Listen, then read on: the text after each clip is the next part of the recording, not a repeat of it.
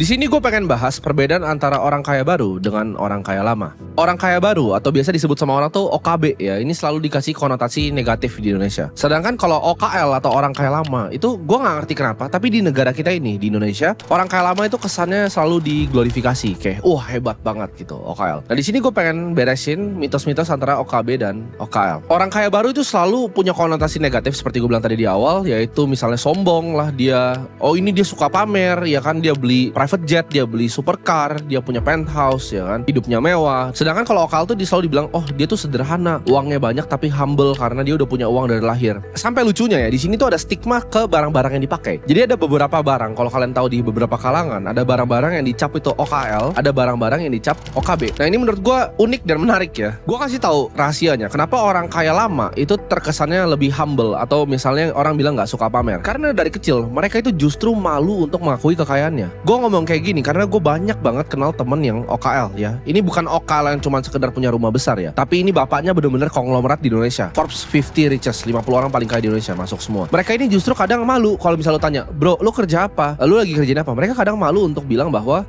gue tuh kerja di perusahaan bapak gue, atau gue ngelanjutin usaha bapak gue.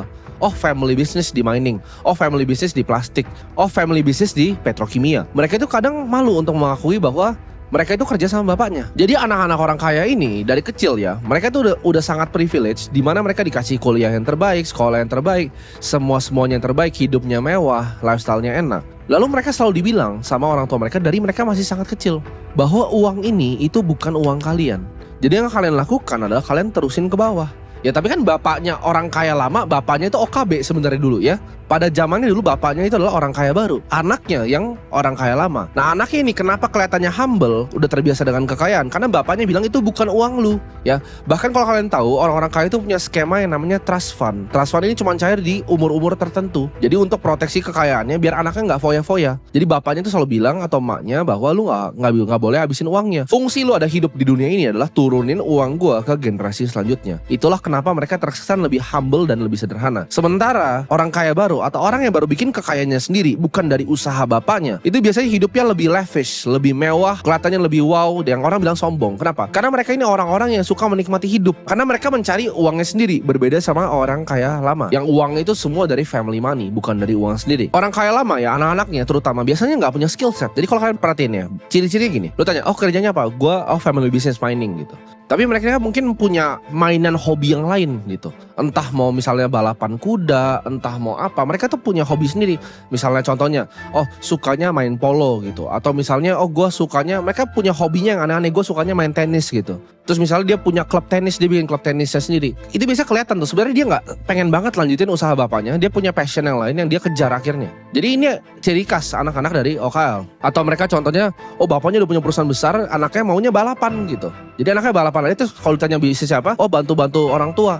Cuman gak beneran kerja gitu di perusahaan. Kalau lu tanya tentang bisnis bapaknya, dia gak ngerti. Kenapa? Karena bisnisnya udah saking besarnya, itu udah rapih, udah ada direksinya. Dia gak pernah bikin apa-apa di situ. Lu bisa bedain dari kalau lu ngobrol sama anak-anak OKL yang gak ngerti apa-apa. Biasanya gak ada skill setnya. Mereka gak punya skill setnya, mereka gak punya kemampuannya. Mereka cuma ngerjain hobi-hobi mahalnya. Dan uangnya disuruh simpen buat diterusin ke anaknya. Makanya selalu gitu kan, generasi satu ya, kehidupan yang susah itu selalu bikin orang-orang laki-laki yang tangguh. Nah itu jadi bapaknya tuh. Laki-laki yang tangguh itu selalu bikin kehidupan yang enak buat anaknya. Kehidupan yang enak dari anaknya, dia gak bisa ngajarin anaknya lagi. Makanya biasa konglomerasi, banyak dari 3 generasi itu hancur. Generasi satu bikin, generasi kedua itu lanjutin, generasi ketiga itu ngancurin. Selalu begitu siklusnya. Nah tapi ini menurut gue lucu, sampai stigmanya itu dibawa-bawa ya. Jadi stigma ini dibawa-bawa sampai ke barang-barang pribadi. Contohnya, kalau misal lu pakai Porsche tua ya, kalian di sini, ini adalah old money gitu kan. Ini OKL keren gitu, berkelas gitu dia pakai Porsche tua. Sedangkan kalian coba pikir dari angle yang lain ya. Kan yang OKB itu bapaknya, anaknya OKL ya kan. Bapaknya itu beli Porsche tuanya di saat Porsche itu masih yang paling baru gitu. Contohnya nih ya, gue sekarang orang bilang, lu OKB gitu kan, gue beli McLaren gitu. Tapi McLaren yang gue beli sekarang mungkin 20 tahun lagi atau 15 tahun lagi itu jadi barang klasik. Nanti orang bilang, itu mobil OKL. Ya karena zamannya belum nyampe. Jadi Porsche tua yang bapaknya beli dulu pas itu masih baru, anaknya pakai terus jadi barang OKL, itu kan jadi aneh gitu. Kenapa ada stigma, ini barang ini OKL, barang ini OKB. Contohnya, jam tangan gitu. Kalau misalnya OKL tuh pakainya Patek Philippe, Vacheron Constantin.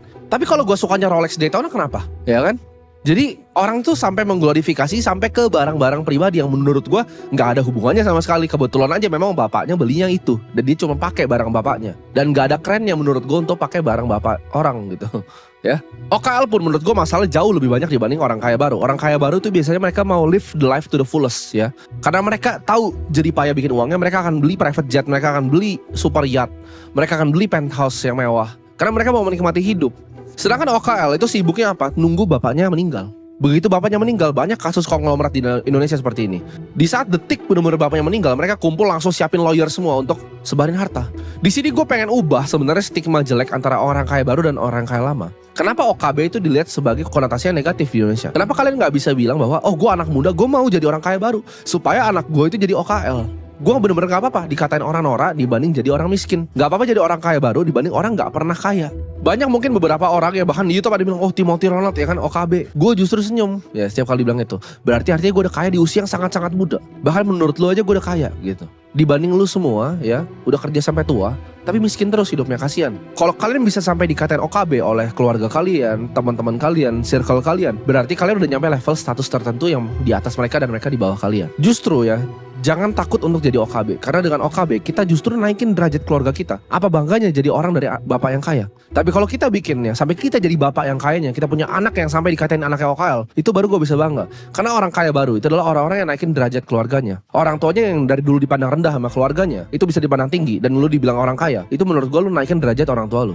Orang tua lu yang tadinya misalnya nggak bisa pergi ke luar negeri, yang tadinya nggak bisa punya uang untuk umroh, yang tadinya nggak punya rumah, nggak punya mobil, lu bisa provide semua itu buat orang tuanya. Itu naikin derajat orang tua lu. Gue kasih tau kalian, kalau kalian nggak dilahirin dari orang kaya, pastiin anak kalian itu lahir dari orang kaya. Nah ini gue sering banget ya dengar pernyataan-pernyataan yang menurut gue delusi ya. Ini pernyataan-pernyataan aneh dari orang-orang yang nggak punya duit. Contohnya gini, oh orang kaya lama itu nggak ada yang naiknya Ferrari, naiknya comfort ini. Gue bahkan pernah dengar ada salah satu profesor di YouTube, kalian cari aja ngomong kayak gini. Oh mereka nggak naik supercar, mereka cari comfort. Betul mereka cari comfort, tapi mereka cari juga supercar ya. Daily drivernya mungkin Lexus LM, tapi di garasinya ada 50 Ferrari. Kalau lu pikir orang kaya itu nggak beli Ferrari, siapa yang beli Ferrari? Orang miskin yang beli Ferrari. Orang miskin yang bisa beli Lambo, Ferrari, McLaren. Enggak bos. Ya, kalau lu lihat yang beli Bugatti itu sultan-sultan minyak di Arab. Lu lihat yang beli McLaren Senna, ya, pas antrian pertamanya itu sultan-sultan minyak di Arab. Emang orang miskin yang beli McLaren? Kalau lu bilang, oh orang kaya lama itu nggak beli Ferrari, itu pernyataan yang delusional. Tapi gue nggak sepenuhnya salahin kalian. Gue ngerti banget kenapa kalian bisa pikir hal seperti itu. Ya, karena gini, ini permainan yang sebenarnya gue tadinya nggak pengen bahas ya. Ini permainan para elit di Indonesia. Indonesia itu sebenarnya kerajaan monarki ya. Selama 300 tahun kita dijajah Belanda, kita adalah kerajaan monarki. Baru sekarang orang-orang teriak, oh politik dinasti, politik dinasti. Dari dulu bos, lu kemana aja? Dari dulu kita selalu politik dinasti. Indonesia adalah kerajaan monarki ya. Demokrasi kita itu kemungkinan besar bullshit. Kita itu dipimpin beberapa raja dan rakyatnya itu mentalnya sama kayak mental ada kastanya. Mental kasta ini mereka biasanya nggak mau naik ke atas. Mereka nyaman kalau dikasih sama yang di atas. Tapi kalau udah gak dikasih ya mereka berontak untuk naik ke level selanjutnya. Ini permainannya. Jadi orang-orang kaya ini, orang-orang elit yang top 1%. Buat kalian tahu sedikit datanya ya. Top 1% di Indonesia itu kuasain 49% harta di Indonesia. Dan 70% lebih tanah yang di Indonesia.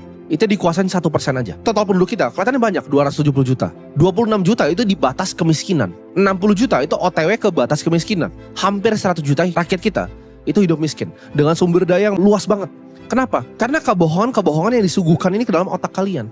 Contohnya tadi, jadi anak-anak ngomong orang kaya beneran itu nggak beli Ferrari, biar mereka nggak pikir ke sana, ya. Jadi elit-elit ini tuh punya agendanya sendiri, yaitu mereka main game yang gue bilang sok humble. Lu kalau pernah lihat konglomerat bilang, oh biaya hidup gue 10 juta. Percaya gue, biaya hidupnya nggak 10 juta.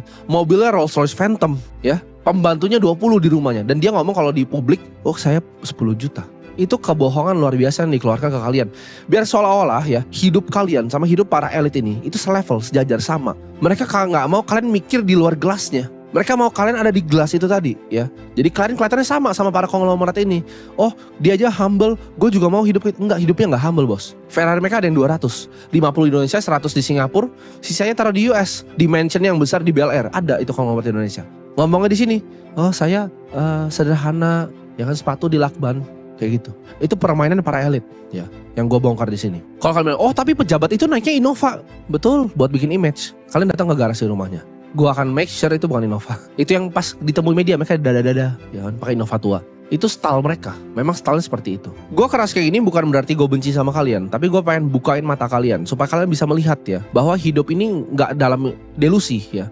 Kalian gak bisa dibodoh-bodohi, kalian gak bisa dibohong-bohongi. Memang kadang kata-kata yang gue keluarin gak enak, tapi ini realita hidup yang ada ya. Mau gak mau kalian harus telan. Kalian harus bisa sebagai manusia itu punya peta realitas yang akurat, dimana kalian tahu cara melihat dunia itu dengan benar. Coba gini deh, buat kalian ngeliat apa yang gue omongin, apakah gue praktekin, kalian coba lihat video gue dari dulu ya. Gue awal syuting di kamar gue yang masih kecil 3x4 itu. Dan kalian lihat sekarang gue syuting di mana, di kantor sendiri, di gedung. Itu dalam waktu 4 tahun hidup gue bisa seperti ini. Dan hidup kalian bisa seperti apa dalam 4 tahun terakhir? Apakah sudah berubah? Apakah kalian dengan nonton video gue hidupnya berubah? Kalau kalian nonton video ini tapi hidup kalian gak berubah, ya gak ada fungsinya. Itu gue cuma bilang itu masturbasi mental ya. Kalian buat otak kalian doang, tapi kalian gak lakuin apa-apa, gak ada action yang kalian keluarkan. 4 tahun lalu gue tuh cuma bisa beli mobil Audi ya, Audi A4 warna putih. Sekarang gue bisa beli Audi setiap hari, gak mikir 3. Gue diajarin 3, gue beli setiap hari, gak mikir gue. Itu 4 tahun lalu. Gue beli, gue harus nabung panjang banget. Gue inget gue sampai hitung-hitung uangnya di rekening, cukup gak nih pas mau transfer ya kan? Cukup gak nih? Sekarang gue beli setiap hari tuh bisa gitu. Itu progres hidup gue dalam 4 tahun. Progres kalian udah sampai mana? Sebenarnya banyak teman gue yang bilang, "Tim, lu ngapain sih bikin-bikin video kayak gini ya? Buat apa sih lu sebenarnya ngajarin orang seperti ini, bukain pikiran orang?"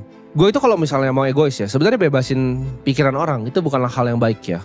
Kalian mungkin ketahuan gue, oh dia ngomong The Matrix ngikutin Andrew Tate. Tapi The Matrix itu konsep yang gue udah pikir dari lama banget ya. Gue mungkin gak punya termsnya ya. Gue bilangnya sistem. Tapi ya Andrew Tate memang betul ya, kata-kata Matrixnya dari Andrew Tate. Sistem ini yang gue bilang dari dulu gak bagus sebenarnya untuk gue bebasin pikiran kalian keluar dari sini. Kenapa? Karena gue butuh supir, gue butuh office boy, gue butuh orang untuk ngapelin rumah gue, untuk bersihin mobil gue. Itu gak bisa dilakukan kalau semua pikiran orang bebas. Ini gue kasih tau kalian ya, sebenarnya dunia itu indah kalau kalian bisa zoom out keluar dari sistemnya. Jadi maksudnya gini, kalau lu lagi di Monaco, di yacht gitu, lu lagi ngeliatin hotel-hotelnya, itu dunia itu indah. Kayak kemarin gue di Phuket, gue ngeliatin gitu view-nya di Paris, di tempat-tempat lain. Dunia itu sangat indah. Tapi lu kalau di dalam posisi yang lu di kantor yang lu gak suka, lu kerja di dalam sistemnya, ya dunia gak bisa jadi indah buat lu. Memang mayoritas orang tuh akan punya mentalitas seperti budak ya. Dan gue gak salahin itu, dan gue gak pengen itu justru berubah. Biarin aja, gak masalah. Banyak orang yang emang mentalnya budak gitu. Tapi buat sedikit dari kalian, segelintir kecil dari kalian yang nonton video ini, buat kalian yang memang ngerasa, oh memang ada hal lain di dunia ini yang gue pengen capai.